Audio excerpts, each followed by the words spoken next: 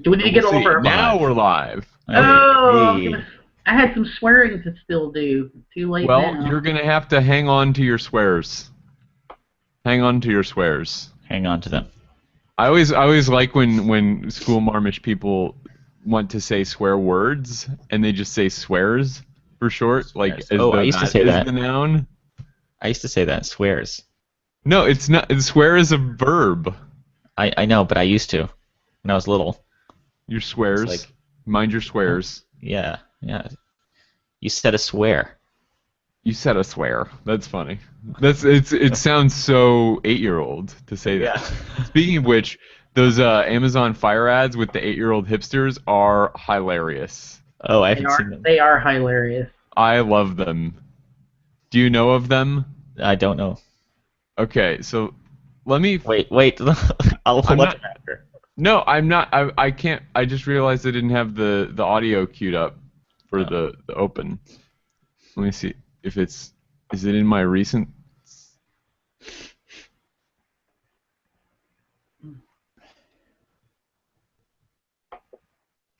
It's not. What is the?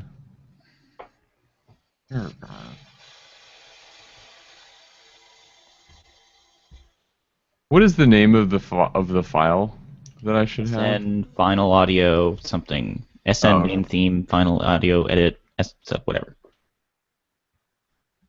And where did you place it? In the SN audio folder or maybe it's just a regular SoundNotion folder.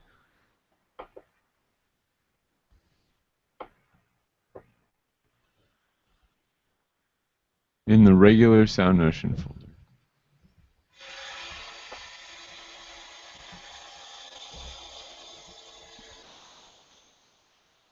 Yeah, I don't see it.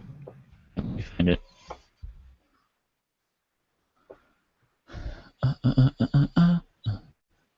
Here's the story of Sam Merciers. All right, I give up. I'm going to use the video. Wait, again. wait. Didn't you download it last time?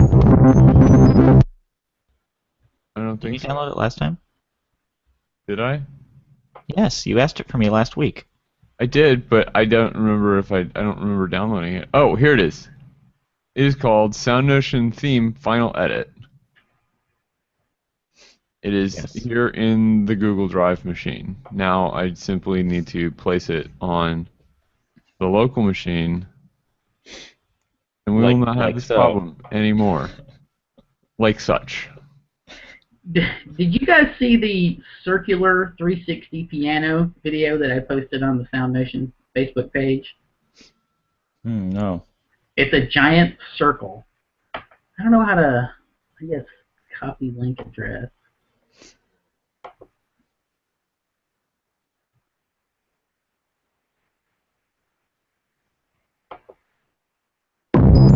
Hey, that's the one. Okay. Here we go. Patrick, you have the con. And the show begins with Patrick and then Sam and then me and then who wants to start by saying the ASO is dumb? Let's start by talking about swearing. No, I'm just joking. Who would like to start by saying the ASO is dumb? I'll start by saying the ASO is dumb. Okay, So you Patrick introduce the last and then you sling right into it, buddy. We should start by talking about the fact that we had a fight about who gets to talk about how dumb the ASO is. Okay, that sounds good. We got this. All right. 3, a 2, a 1.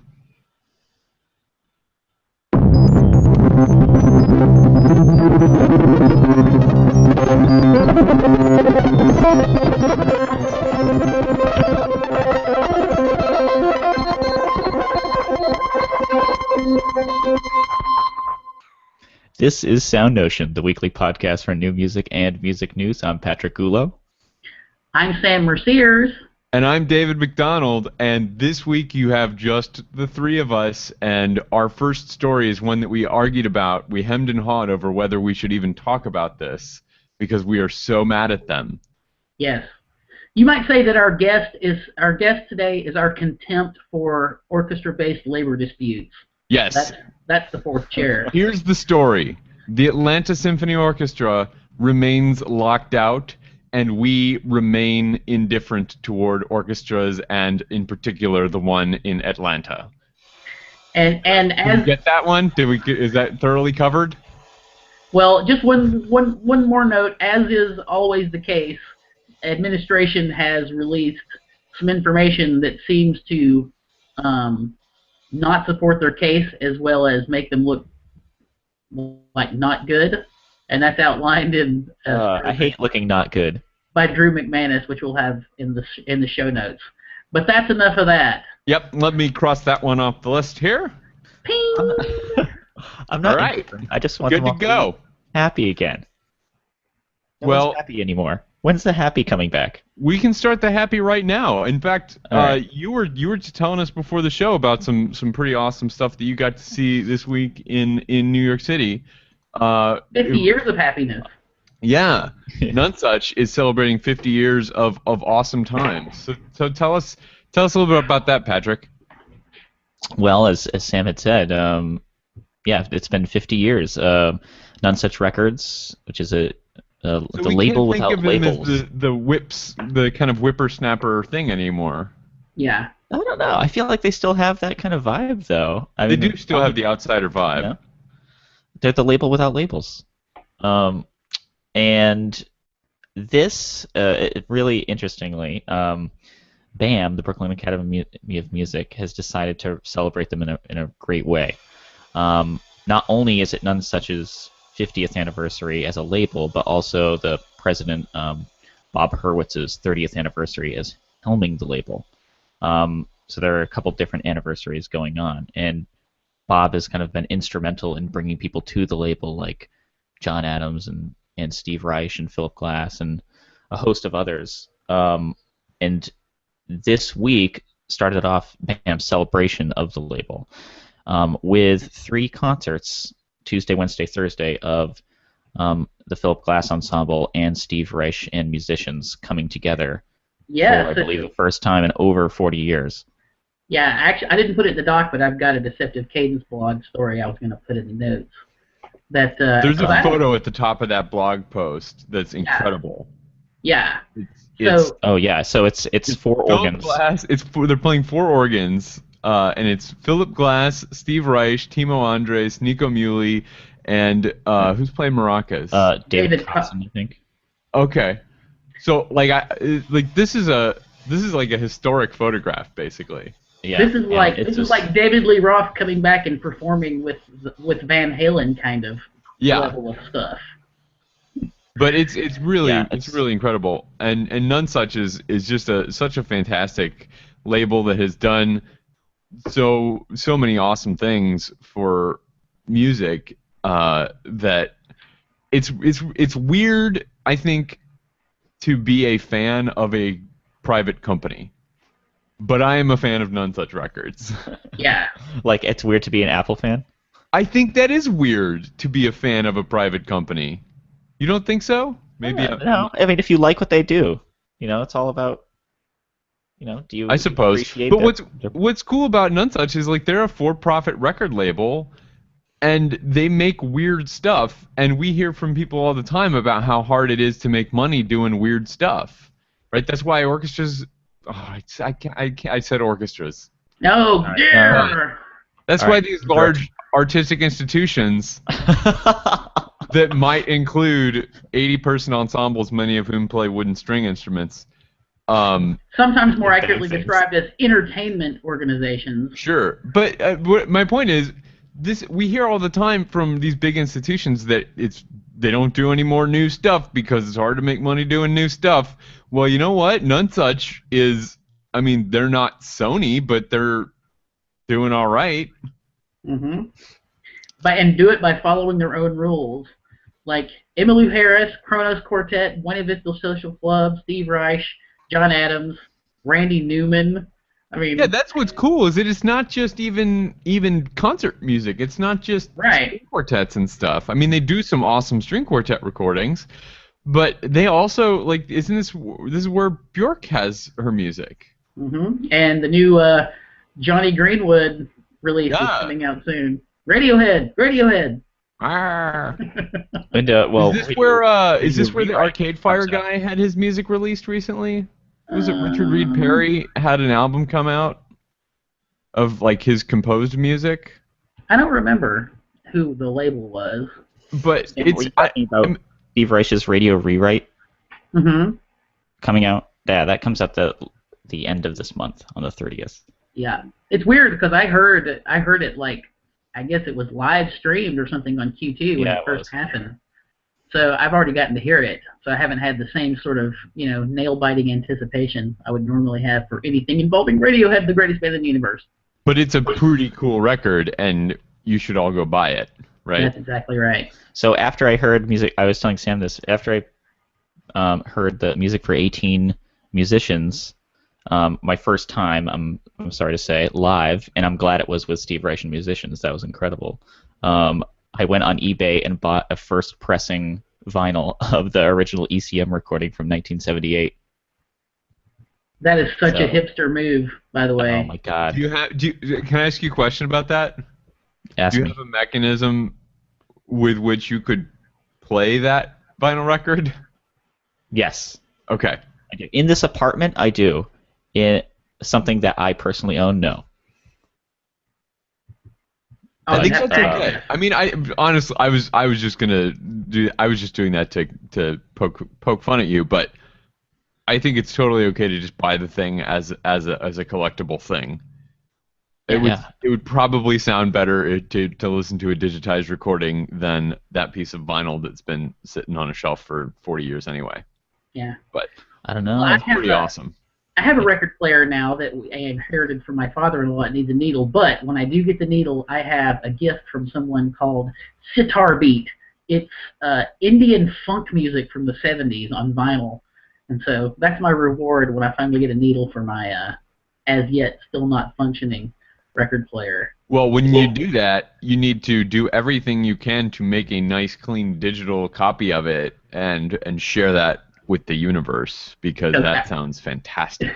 Yeah, that's your duty. Like in the guy. Go ahead. No. I was just going to change directions for a moment. Let's do it. What else is going on in the record industry, Sam?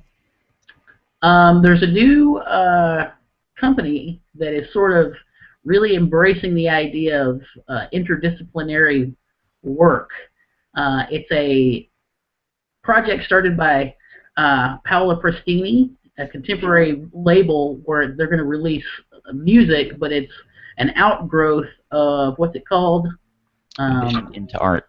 Yeah, Vision into Art, which is, its focus is interdisciplinary work.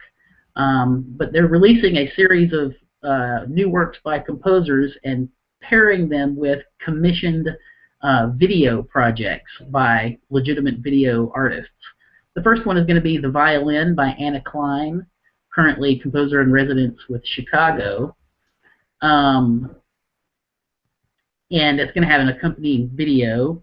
Composer in residence with a major Chicago arts institution that may or may not feature a lot of acoustic string players with also some woodwinds, brass, and percussion, and a conductor.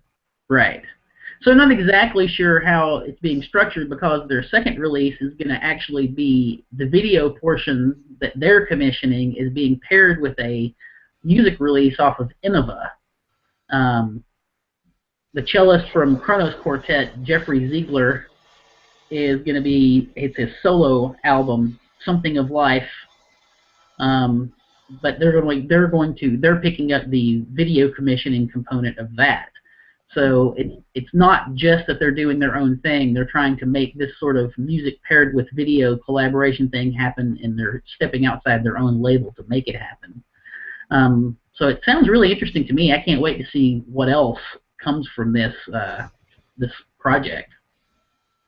Any interdisciplinary or what's the word I like to use? Agency? Are you looking for agency? Is that not the word? That's not the Take a word. personal note to Intermedia. myself not to say the word Yeah, orchestra. any intermedia projects such as this, I'm a big fan of. Ah, yes. Intermedia is a good one. I like it. It hasn't been ruined by hipsters or anything yet either. I haven't seen it a lot. Well, I'm glad that somebody is doing this kind of thing and focusing on distributing video. We spoke with oh gosh, I'm blanking on a name. We talked to a professor at UNT who had done some really cool staged stuff around his pieces, and his release included a DVD. Klein? And, say what? Wasn't it Klein? Joseph Klein, Yes, that sounds right. the trombonist Mm-hmm. / music theorist, right? Yeah. That's, So, a lot of people are experimenting with new kinds of performance presentations, and the thing that always makes me sad about that is that those people are doing those things in places that I cannot easily get to and experience these interesting performances.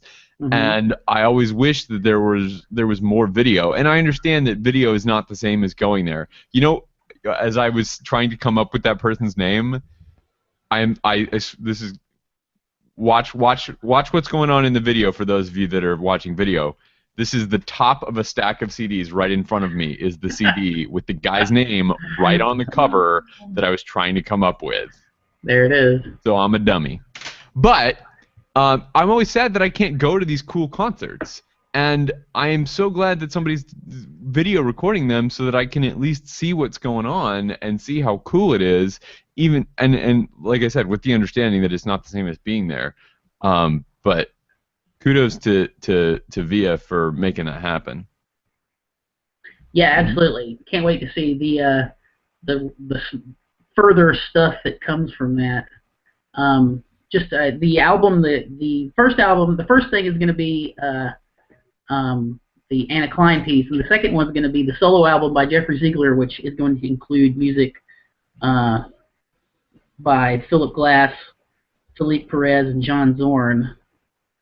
The Vision into Art commissioned Glenn Kochke, maybe? We'll go with that. Yeah, as the, well anyway, so these are not just like videotapes of performances, these are like music videos, if you will. Artistic visual presentations to go with the noise that we're going to get. I think we can call those music videos. They'll just be weird music videos, because the music's weird. Yes. I like it. I like stuff that's weird. Let's do more weird stuff. Let's do more weird stuff indeed. Less mainstream stuff. And somebody tell the Kennedy Center. Yeah, speaking of weird and mainstream. Yeah. You just called out the Kennedy Center. No, it wasn't us. Not for the first time. That's yeah, that's true. We've talked some smack on the Kennedy Center before. But though to be fair, we were talking smack on Michael Kaiser, who no longer runs the Kennedy Center. But the Kennedy Center honors were announced this week, and the honors are going to Al Green, I assume because the president does a pretty good impersonation, Sting, Tom Hanks, Lily Tomlin, and ballerina Patricia McBride. Now, I did not tell you who all of those other people were, but you knew who all those other people were because they are celebrities in the global popular culture sense. We know who Al Green, Sting, Tom Hanks, and Lily Tomlin are. I said ballerina Patricia McBride because I certainly don't know the names of any ballerinas. I do. Well, you're fancy. I am fancy. No, I'm just kidding. You're just closer to that culture than I am. So I don't want to give the impression that ballet or classical music are fancy. That is a personal pet peeve of mine, actually. But what Alex Ross is writing about on the New Yorker site this week is that the Kennedy Center honors have shifted over the last 10 or 15 years in particular to focus more and more on popular arts. And he points out in this column that of the 5 people that are receiving Kennedy Center honors, only Patricia McBride, only the dancer, is the one who would ever perform at the Kennedy Center.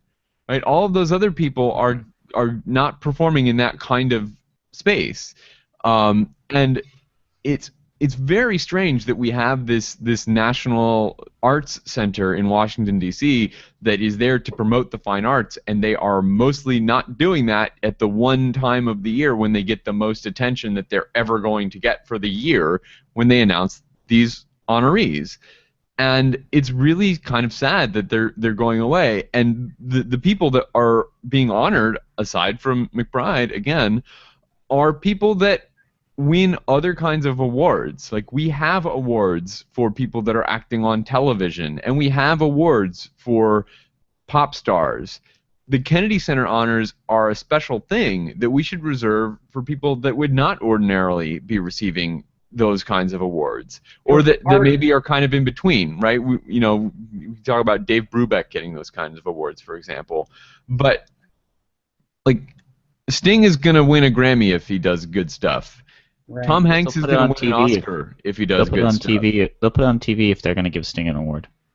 Yeah. They already put it on TV. It's on TV now. It's been on TV. No, I mean, it will guaranteed be on TV if Sting is going to get an award. That's what I was thinking, that the lineup has to do with engineering good television viewing.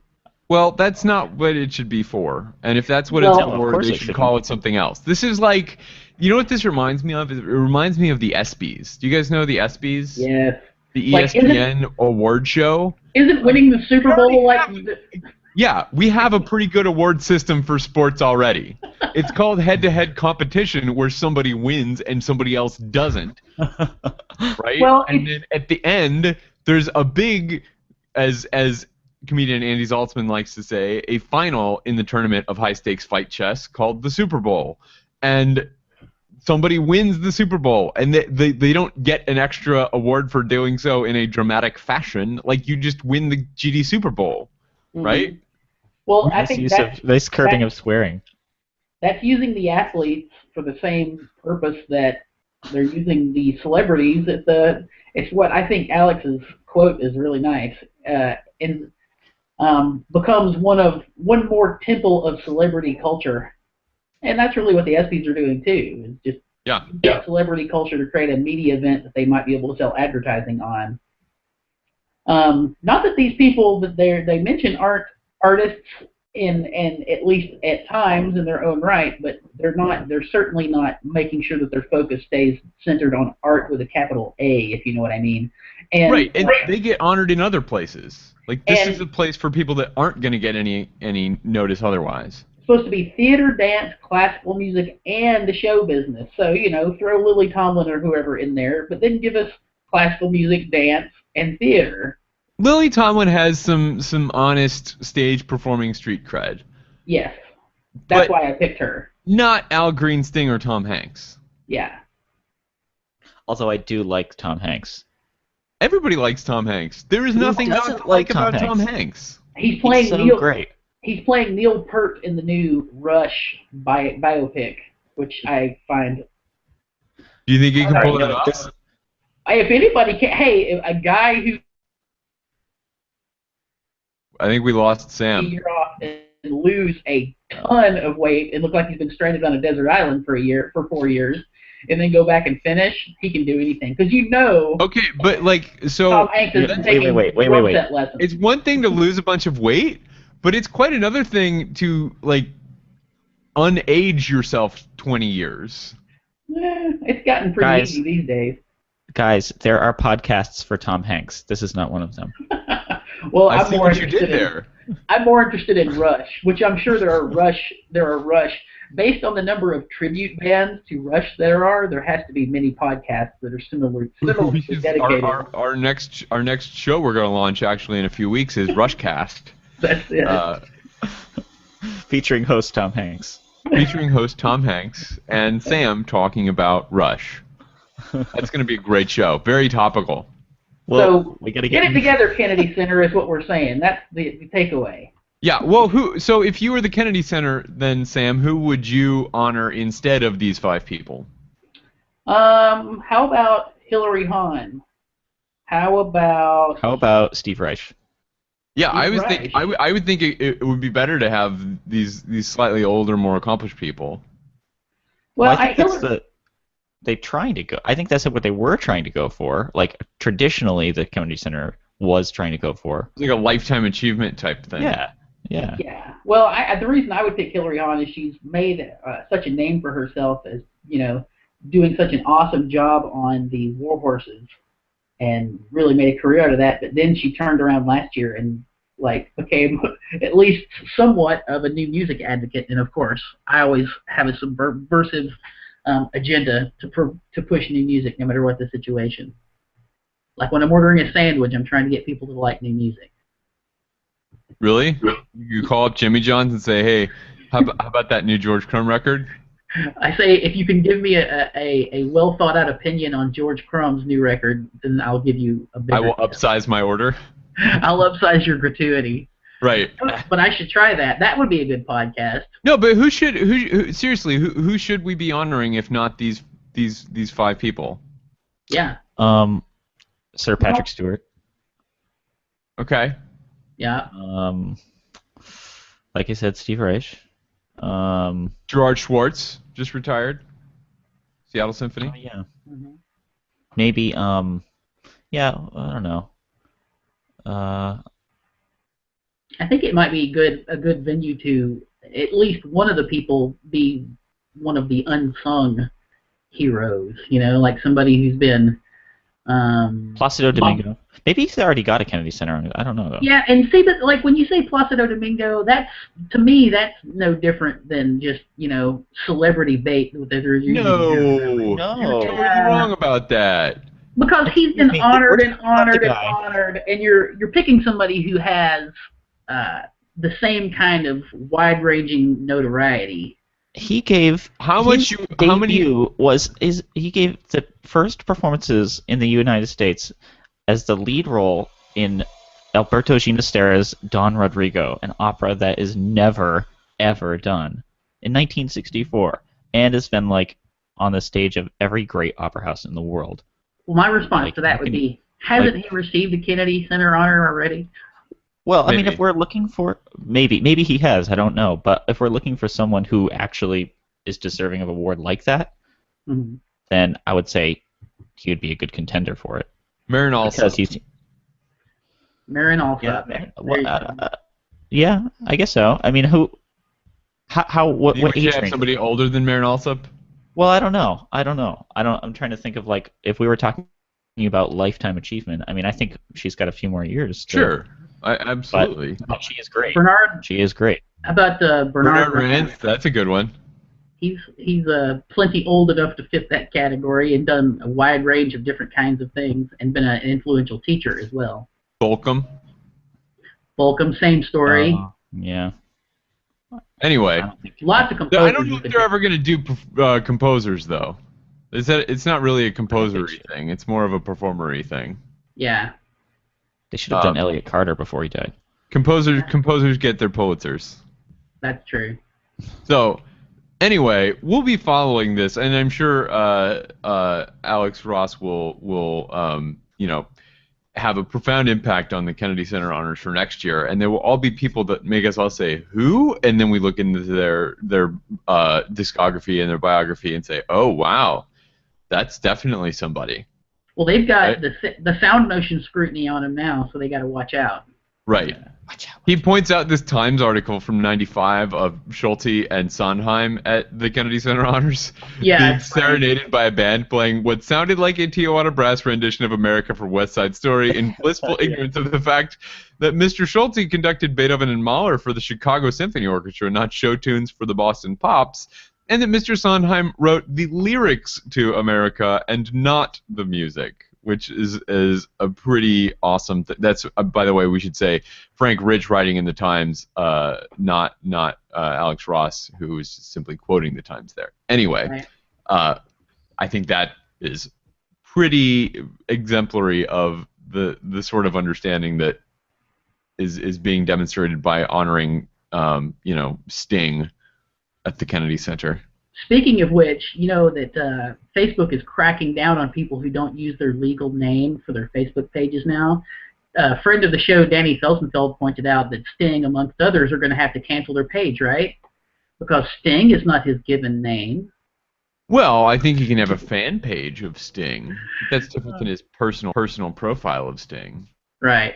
Anyway, I like when Danny snarks. I usually like it, so I was spreading the snark. Yeah, just have to change it to what is it, Gordon Summers, something like that. Something like that, yeah. And not a very aggressive rock and roll kind of name. Yeah. So I think that we've beaten the Kennedy Center as much as is reasonable, and probably a little bit past that. Yeah. Well, I think that talking about the Kennedy Center and talking about large classically oriented performance organizations, also both of those things can actually be counterproductive to your intellectual development. Do you know what isn't counterproductive to your intellectual development? I don't know. It sounds like you've got a great thing planned, though, to tell me about. Playing instruments. I mean, this is not the kind of thing that's new. We've seen all kinds of stories about how music makes you smarter in this way and that way and the other way. The Journal of Neuroscience researchers, it doesn't have an exact date, let's say recent study, determined that music training, as they say, doesn't just improve your ears, it also helps your ear for speech. And now is time for buzzword bingo, Dave. I'm ready. I've got my bingo dauber. Why does it improve their speech to play an instrument? Because of agency. Really? I think so. I think you're just throwing your now we're just making a Sam Mercier's word salad. No. If you've got a kid who learns how to have the courage and the wherewithal to put an instrument to their face and make it make noise until such time as that noise starts to become not unpleasant to listen to, that instills in that student a strong sense of agency for playing the instrument that I think can easily, and I would say I'm absolutely positive, does transmit to different parts of their life. And the ability to speak effectively in front of people seems to be one of the more logical places where this would manifest itself. Yeah, and this study got written up in the NPR Music blog this week, and we'll have a link to that in the show notes at soundnotion.tv/SN. But it's a really interesting study for a couple of reasons. First of all, it's demonstrating this interesting principle of learning music and how it helps kids to train their ears for listening closely to language as well as listening closely to music. But the study itself was done by a nonprofit music education outreach group called the Harmony Project in Los Angeles, California, where they offer instrumental training. They provide instruments and instruction to kids who would not otherwise have been able to afford it, and those also tend to be kids who have poor language skills in general. And so it's a really cool idea that teaching them music could help them learn language better and be this really powerful force for them in school and in life. Aside from that, having said that, I always kind of tend to shy away from these studies about learning music being good for other things. Like when we talk about trying to justify the amount of money that we spend on music and teaching kids about music and stuff,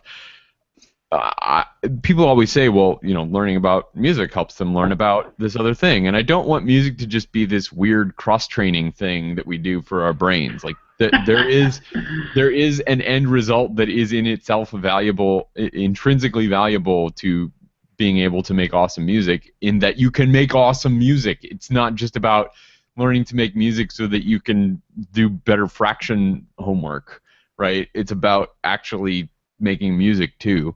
Though it is nice to do this kind of study to demonstrate those other things, especially when the end result of just having the music is not always as convincing to some people as it might be to me. Right. I think that it affects a lot of things more broadly than just like saying you are able to assimilate speech better or whatever. I think that just any situation where kids are put into a place where trying hard and doing good actually yields like social status and social capital that they can spend. There's not a lot of situations for younger kids where there's that much of an absolute try hard and succeed because of it. Sports is one, but certainly band or in music programs are a situation where you really get the dividends of trying hard, which to me that's the thing that overrides everything else. Yeah, learning the process of learning. Yeah, and having a situation where you absolutely get rewards, unmitigated, not socially mitigated rewards for your efforts. Yeah. So anyway, Sam, if you are I'm going to give you a little public service announcement. If you're ever driving an elderly gentleman to the opera, protect your neck. That's right. In London, there was a gentleman on his way to an open-air opera event, but he needed He was cash. no gentleman. Yeah, well, we could probably say that. Well, he was going to the opera, I think, so that by definition makes him a gentleman, right? Because opera is fancy. Peter Williamson, who I think the story said he's a physicist or something like this, was picked up by a cabbie, and he was so uptight that he was going to be late, and then he had to stop and get cash, and he gets out of the car to go to the cash machine and walks past the cash machine, apparently by accident. The cab driver gets out to show him where the cash machine is, at which point Mr. Williamson smacks him in the head with his cane, necessitating a trip to the hospital, and the guy has been charged with assault. So I guess that just goes to show that you can't trust opera patrons because they're inherently violent, right? I think that's true. I mean, on a scale of opera patrons to, running backs in the National Football League, that's right. I think they're up there. Yeah. So anyway, that was just an interesting story from the UK that if we'd had a guest, that one probably wouldn't have made the show, but it's funny, especially because there's a picture of this cute, doddering little old man with his cane who doesn't look incredibly threatening, but apparently he knows how to draw blood. And speaking of opera, yeah, well, this is sort of tangentially related to labor disputes, which we all know we're sick of. Metropolitan Opera went through a lot of negotiations with all their 15 unions recently and came to some agreements about reducing overall wages in a graduated way, 3.5% this year, right now followed by another 3.5% in 6 months. And to hold up its end of the bargain, management for the Met has fired or released 22 non-union jobs through layoffs and some through attrition, which I guess means that some they just eliminated a position, but most of them the people were just laid off.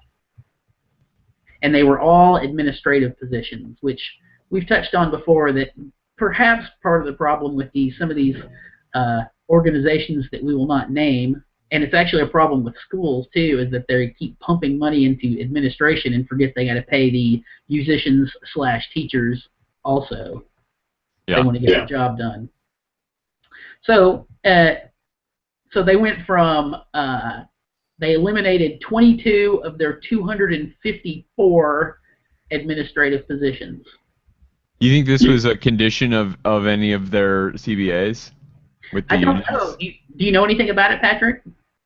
I really don't. I know nothing. I mean, the CBAs are secret. Caught off guard by it. It doesn't make it clear whether the author doesn't intimate at all whether or not they know that it's a condition, but they certainly intimate that it's the Met holding up their end of the deal, whether it's been written down in the paper or not. You know what I mean? Yeah. So anyway. Well, that's pretty. It's pretty interesting, and maybe we'll see something like that in other places where there might be arts institutions struggling. And what sucks is it is always the non-union people that have to get cut because they don't have any leverage. Right. But I guess the union would never agree to letting them cut 22, members of the chorus or something like that from the Met. So it is what it is. Shall we wrap this one? We have a pick of the week. And this was posted on the Q2 blog this week. It is a video of a performance that took place. Speaking of video of cool performances that we ordinarily would not get to experience otherwise, of the premiere of John Luther Adams' Scylla, The Breath of the World, which took place this summer at the Lincoln Center's Hearst Plaza. So it's outside, and there are musicians spaced all around the plaza, and it's a very beautiful video, very well shot. The beginning of it includes a lot of interviews with the performers and some clips of discussions with the composer John Luther Adams. And it's a long performance. It's a very wide-ranging performance, and it seems like I really missed out by not being there. The performance includes, from the blog, the performance featured members from Asphalt Orchestra, Cadillac Moon Ensemble, Contemporaneous, The Crossing, Eighth Blackbird, Face the Music, Grand Valley State University New Music Ensemble, Go Lakers, Hotel Elephant, Jack Quartet, and Tilt Brass. So some kind of rock star musicians playing in this premiere, and again, I'm pretty jealous of all the people that got to be there. I'd like to point out that of all those people you named, I think about half of them have been on the show. Boom. I think well over half, actually. Yeah. But no, it's not a competition. Except we're winning. Yeah, I was about to say, it's not a competition, but we're winning. So, we're winning. Thank you to everyone who joined us. It's Tiger Blood, baby. Is there anyone else playing? Yeah, it doesn't matter. It's like winning at solitaire. You're still winning. No, I'm thinking it's winning like Charlie Sheen style. We're winning. We're winning. Oh man, I kind of We're missed. full of tiger blood. Brought that up. Oh jeez, that's a thing. Yeah. That will never die. And we end the episode. Thank you to everyone who stuck with us through this whole episode, even though it's a little bit shorter. Making it this far, it would be quite an accomplishment after the Tiger Blood comments. So we are monumentally boring, but we've got good guests in the pipeline. And no, we're not monumentally boring. I think we're highly entertaining. I think that this was a great show, right up until the Tiger Blood. Yeah. So yeah, I'll edit that out in post. Yeah. Nobody will hear that Tiger Blood. I'll fix it in post. But thank you to everyone who stuck with us. We're really excited that you join us for these shows every week, and we are just so grateful that we have an audience for this, and that people will answer our emails, and that people will email us. It's very exciting. I'm never a person to beg for Twitter followers, but there may or may not be a Twitter account which I may or may not have the password and login information to that may be very, very close to 1,000 followers, and it might make me very happy if that Twitter account did reach 1,000 followers sometime soon. So that's all I'm going to say about that. On a completely unrelated note, you can follow us at SoundNotion.tv. You can find the links to those things. As a group, we're at SoundNotion. I'm individually at Dave McDough. Patrick is at Vox Shibuya. Sam is at Housegoy, if you'd like to follow us individually. And we'd love to continue these conversations about the Kennedy Center honors or any of these other things that we talked about this week on the social media machines. You can leave a comment on our site. You can also find links to all the stories that we talked about at soundnotion.tv/SN. We stream the show live on our YouTube channel, and we link to that on social media places and on our site at 11 a.m. Eastern Time on Sunday mornings. So watch our Twitter for those links every week, and you can check that on soundnotion.tv/live if you are curious to do that. You can find the archives of all our shows on our site. You can also subscribe to all our shows in the iTunes Store or wherever you find your podcasts. I know a lot of people are not using the iTunes Store, and that is great because it's not really that great an experience. But if you are using it, please leave us a rating. We would appreciate your reviews. That helps a lot that we have reviews in all of the podcast places. That helps people to find us and helps the people that do find us decide that they want to give us a shot. So if you are feeling generous with your time, we would appreciate it if you would write us a kind review. If you are feeling generous in other ways, you can use our Amazon affiliate links. If you're buying regular stuff on Amazon, just search for it from the search box on our site at soundnotion.tv. We'll get a little commission for sending you over to Amazon, or you can also use the donate links to PayPal on our site. Thank you to everyone who has done that and continues to do that. We really appreciate it. SoundNotion's introduction includes music by Patrick Gulo. Thank you so much for being with us, and we'll see you back next week. Booyah! Fancy. That's so fancy. Okay, description and tags are done, and I need to go. Okay, what's the title? Okay. We can figure it out. We got four. We got 4. I wish we'd mentioned the slug line from that piece about listening to music, or music and speech, because then we could use your brain on SoundNotion.